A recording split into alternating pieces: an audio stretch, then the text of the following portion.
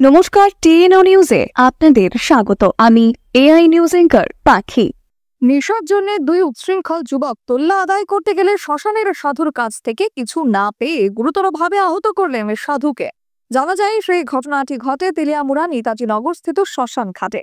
আরো জানা যায় যে দীর্ঘদিন ধরে এক সাধু বাস করে আসছিলেন এবং গত শনিবার সকাল নাগাদ দুই উচ্ছৃঙ্খল নেশাগ্রস্ত যুবক নেশা সামগ্রী ক্রয় করার জন্য ওই সাধুর কাছ থেকে টাকা আদায় করতে যায়, কিন্তু সেই সাধুর কাছে টাকা না পেয়ে তার উপর হামলে পড়ে সেই দুই যুবক।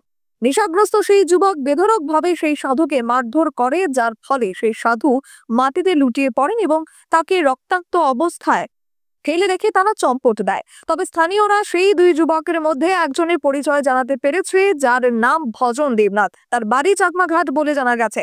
পরবর্তী সময় স্থানীয়রা অ্যাম্বুলেন্সের সহায়তায় সেই সাধুকে ঘটনাস্থল থেকে উদ্ধার করে তেলিয়ামুড়া হাসপাতালে নিয়ে আসে তার চিকিৎসার জন্য। বর্তমানে সেই সাধুর চিকিৎসা চলছে তেলিয়ামুড়া মহকুমা হাসপাতালে।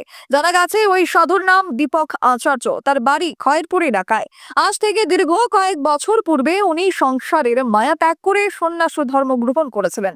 তবে গত শনিবার সকালে ঘটে যাওয়া এই ঘটনায় গোটা এলাকায় চাঞ্চল্য বিরাজ করছে বলে জানা যায়। তবে তৎসঙ্গে দাবি উঠছে যে উপযুক্ত তদন্তক্রমে প্রশাসন সেই নেশাগ্রস্ত দুই যুবককে গ্রেপ্তার করে কঠোর শাস্তি যেন অবশ্যই প্রদান করে।